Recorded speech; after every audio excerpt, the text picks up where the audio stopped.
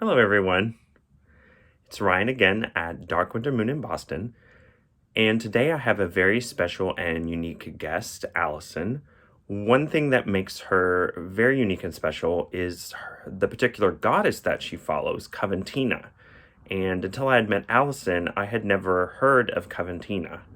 To give you a slight little bit of background, Coventina is a Celtic Roman goddess of water. And Allison is going to go into a little bit more detail about Coventina and working with her for us. And another thing that makes Allison so interesting right now is the fact that she's steering away from working primarily with Coventina and towards potentially another goddess. So I wanted to also highlight that transition that she's going through a little bit in this interview. So without further ado, let's get started. So, like I said, everyone, I'm here with Allison, who is one of my close friends and also my magical working partner. And we are here today to talk about Allison's most interesting journey with Deity. Allison, would you like to start with telling us a little about kind of how that journey is interesting to you right now and what makes it different? Well, what makes it different, I would say, is that I've been passed along, excuse me, for several goddesses now, from one to the other, and they've been very patient with me. It's really been a journey of self-discovery as much as anything, but a lot of it, the self-discovery has been about letting go of a lot of things that we're told often or are sort of narrative conventions, I think, in the pagan and the magical community about how people start a relationship with the deity, what that looks like, how it progresses, etc. Sure. And Yeah. remaining open to going, oh, okay, no, that was it. Right. Yeah, I think you're hitting on something that there's often this feeling in the community that that you find a deity, they're your deity, and you stay with that deity. But that's not always the case, and it's usually not. Yes, I think you do eventually get to the point where you find a deity, or at least some people do, but oftentimes it's kind of where you're at the time, and so you may have a deity that is with you for a certain amount of time for a certain reason, and then once you all have accomplished that together, then you move on to another deity. Does that resonate with you? Yes, I would say that does resonate. I would also say that, there are some people who don't interact with personified deities. And, Absolutely. from having talked to some of those people, they often go through a very frustrating period in which they, follow these assumptions from the narratives of, you get approached by a deity, there's a formal process, etc. Right. And it takes them longer to then have this realization that, oh, okay, that's not what's best for me. That's not, you know, what makes me feel good and supported and, in harmony with the universe in a way that lets me be the best person I can be, access my power, etc. Yeah, absolutely. Well, so let's kind of bring it back to you specifically. In talking about all of that, where are you at right now? Could you tell us a little bit about the deity you started with and kind of how you're transitioning? The DNA I started with is a Roman British, very obscure goddess called Coventina. Mm-hmm. And then she, there was a transition. It wasn't a straight handoff, but a sort of two ritual transition between Coventina and Aphrodite. Sure. And when Aphrodite took sort of, well, sole ownership, we'll call it for the moment, she made it clear that she was explicitly doing it to kind of provide me with sort of a waiting room, I guess you could call it, until the deity that I was meant to work with more closely, um, we approached, and they and I got on a level that, you know, we synced up our jams. Let's put it that way. Sure, sure. Yeah, and that's an interesting point you bring up too. Sometimes that transition process is a little more lengthy than just like cut and dried, like, okay, here you go. We're trading off now. It's not like a tag team where you're tagging out and in. Mm-hmm. It's sometimes a process. So let's back up a little bit then. So kind of in the spirit of the questions I have been asking other Mm-hmm. witches and pagans, initially, why do you think that Coventina approached you or chose you? I think that it was specifically has to do with part of my self image. Mm-hmm. That I think we all have a certain self image, and we also have this self image that we project onto ourselves about, how we would like to be. Mm-hmm. That, oh, in my case, it was sort of like, well, I like to be unusual. So it's not going to be your run of the mill goddess. Sure. Until I met Um, you, I had never heard of Coventina. So, yeah. yeah. So, and there's a truth to that, in Mm-hmm. that, in my experience, I have not really been drawn to, your major pantheon deities, Mm-hmm. in the sense of, feeling like there could be a longer term relationship there than just, one or two rituals. Mm-hmm. And at the same time, I recognize that I have this tendency to really lean into, I'm weird, I'm unusual. So, of course, I'm not even going to consider that I would have a relationship with Sure. a more mainstream deity. Sure. Would you And so, say, oh, sorry. sorry, Coventina very nicely um, came forward for me.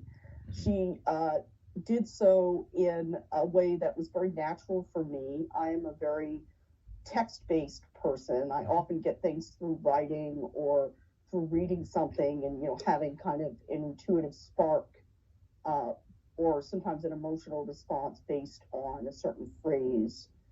And so I was reading through a list of Celtic goddesses, including lots of obscure ones, and she kept coming up. And eventually I stopped overthinking it and said, okay, let's do this. Yeah, yeah. So it sounds like there was that or rather, I guess the next question is, why do you feel drawn to yourself herself? You kind of answered that already. So we'll skip that for now. What is it like to form a relationship with Coventina?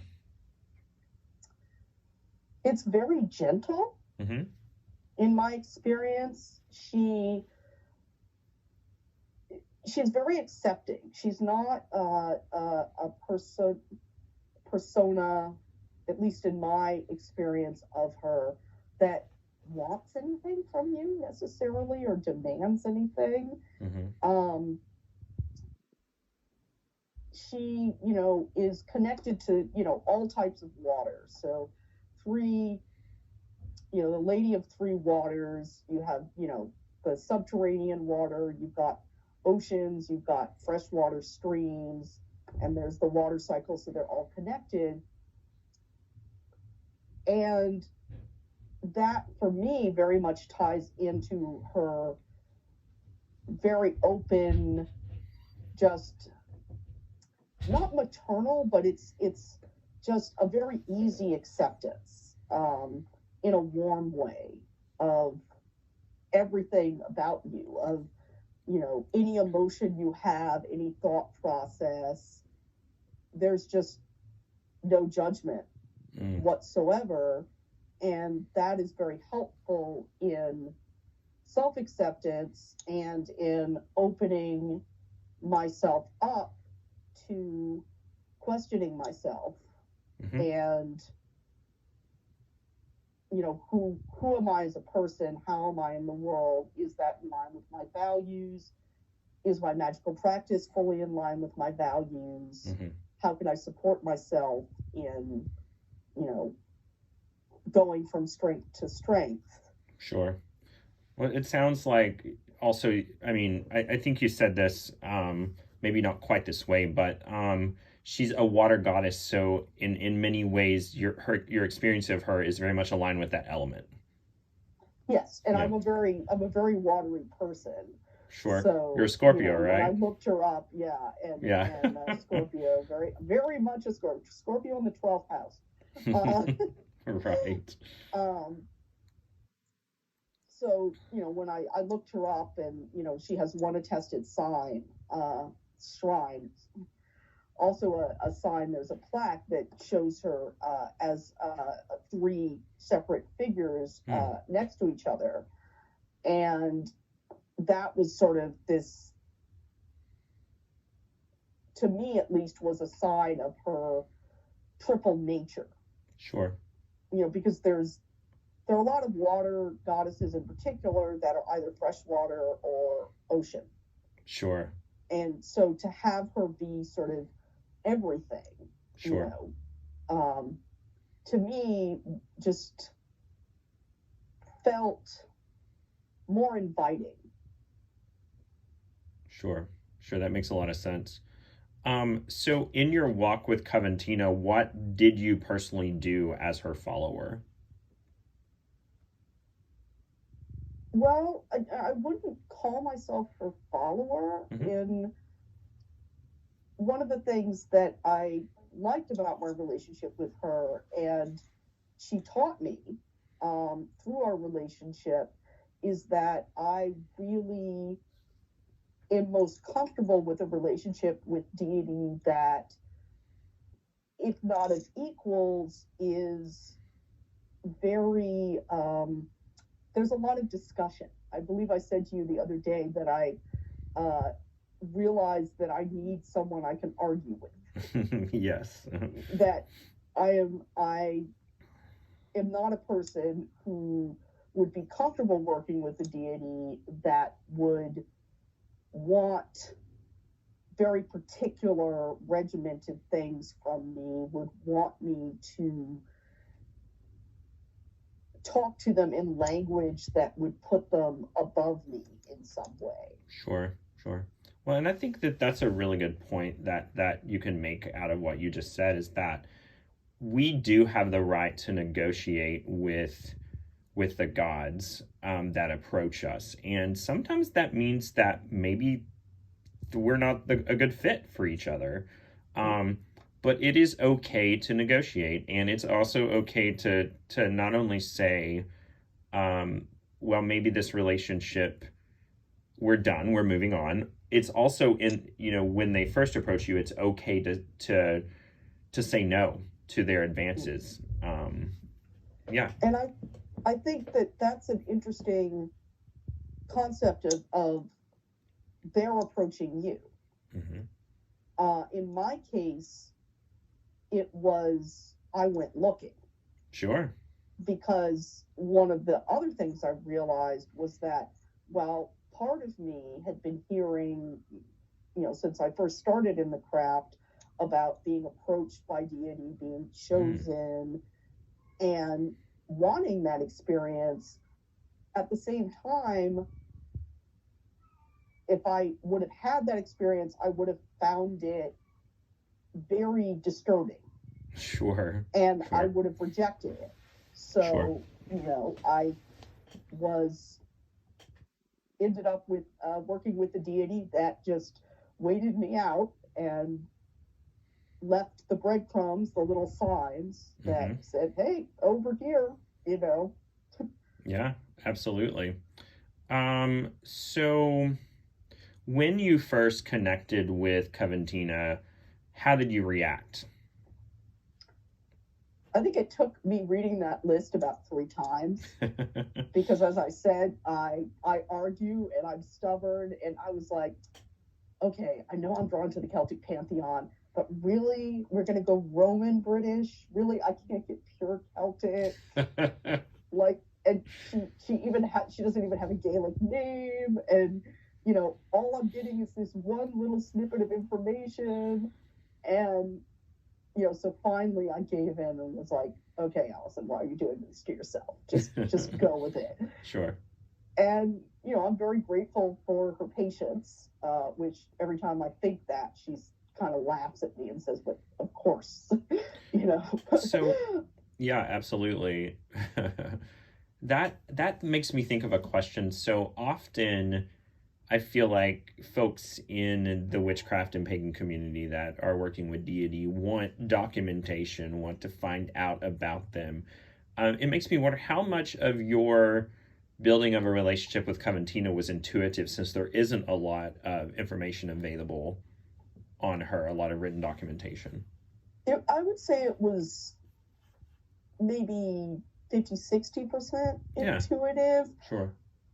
It's an interesting thing about, as I said, being somewhat textually based, and that she came to me, first communicated to me through that medium. Sure. Because it was the easy route to get my attention. And then the flip side of that is there isn't that much text. Right. And so then, she helped me get over needing this information, this validation from other sources to tell me this is who she is. Sure. And that was very empowering, and,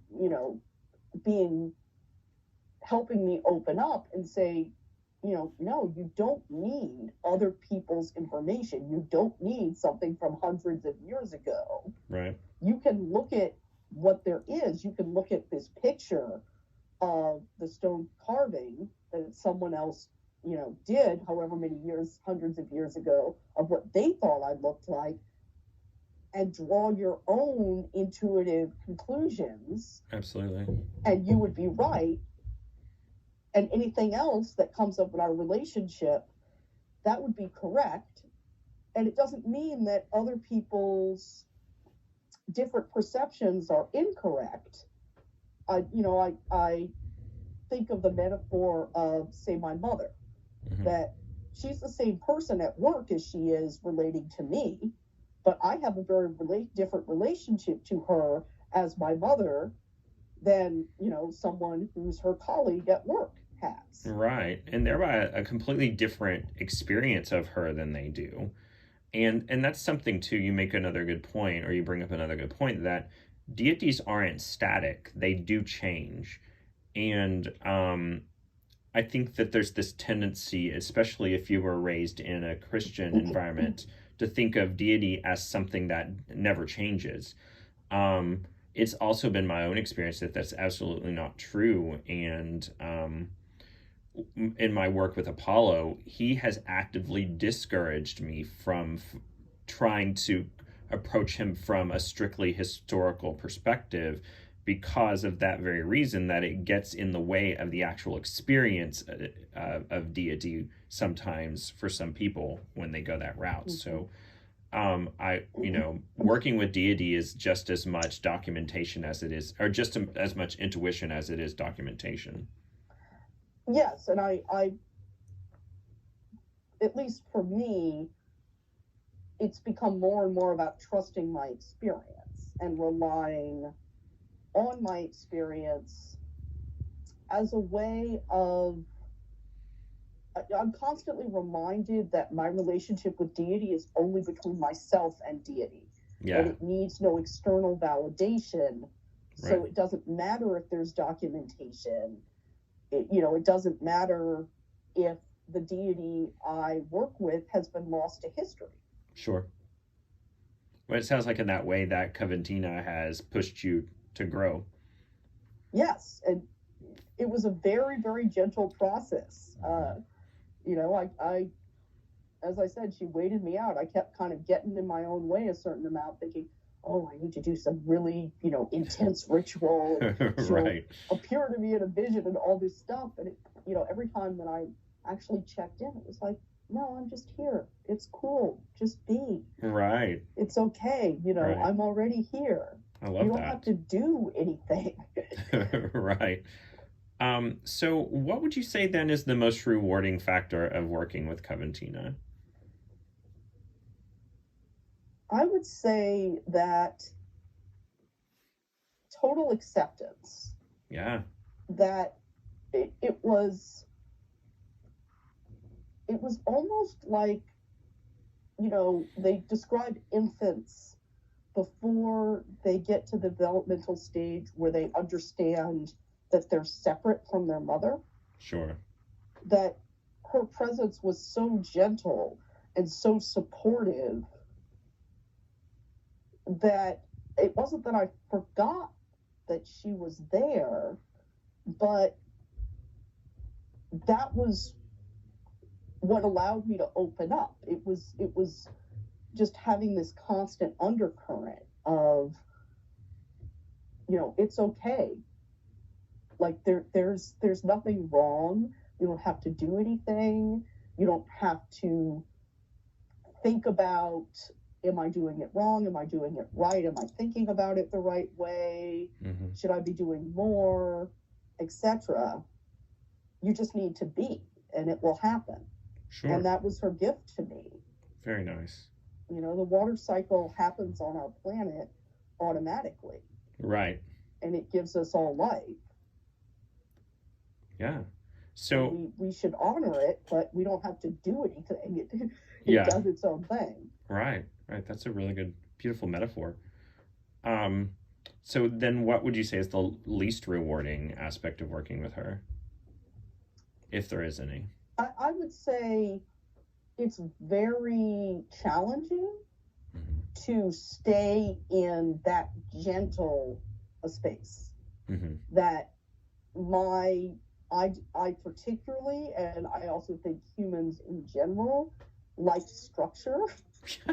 Right. We crave acceptance, we crave unconditional love, but we like structure. We like to be able to point to something and say, I know what that is. I have a word for it, etc. I can pin this thing down. Sure. And being a being of all water and all acceptance, that really doesn't have any sort of structure. Right. Because why would it need it? Right. And so being constantly brought back to that place of inner stillness, of self-acceptance and of self-love, and going to, but then what do I do with this? Should I must have to do something with this. There has to be a structure. No, it's okay. It could just be. Just let it be. Yeah. Yeah, I could definitely see how that would be hard. So I mean, it's a wonderful thing, but it takes a lot of to just let yourself enjoy it. Yeah, absolutely. It's a release of control, it sounds like. No, I would not say, because calling it a release of control, I think, implies that you are giving control to someone else, be that deity or another part of yourself. And I would say it's more a recognition of there are things you do not need to control, and that you diminish your experience of them, your joy and your pleasure, and your feeling of connectedness when you try to control them, when you try to put a structure to them. Sure. And sometimes even try and put a name to something. Sure. Sometimes it's enough just to recognize a feeling and enjoy it. Yeah. What's a piece of advice you wish someone would have told you before forming a relationship with Coventina? Stop overthinking it. Get out of your own way. That's good. Okay. Well, that's the end of my questions, except I have one more. Is there anything else that you would like to share about working with Coventina? Let me think. I would say she's a great deity to work with if you want a deity that is both always there and not there. Could you explain that a little more? That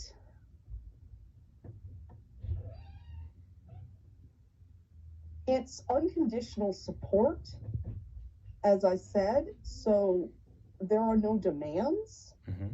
There are sometimes, it's not even offering or a nudge. It's like she's like sort of flows with your thoughts and gives just a little bit more of a current, of a strength to the thoughts and the impulses that are the most healthy and the ones that will make you feel the best, the most balanced, etc. Mm-hmm. But a lot of times you don't notice it until it's in hindsight. Sure. Sure. And you do get better, or I got better at recognizing the feeling of when that was happening. And still, I would say the majority of it I have recognized in hindsight. Sure. Which is both frustrating and a real gift. Yeah. Very good.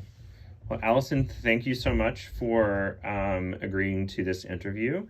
And thank you for the great information and your insights. Well, thank you. You're welcome. Blessed be. Blessed be. And so there you have it. That was Allison's unique perspective on Coventina and working with herself. And as always, I thank you all for watching, and anything that you can do to support, like liking and subscribing videos and commenting, are great. I always read the comments and respond to them. So please hit me with any questions. You can also find me on Instagram at dark.winter.moon. And as always, have a wonderful weekend. Blessed be. Love you all. Mwah.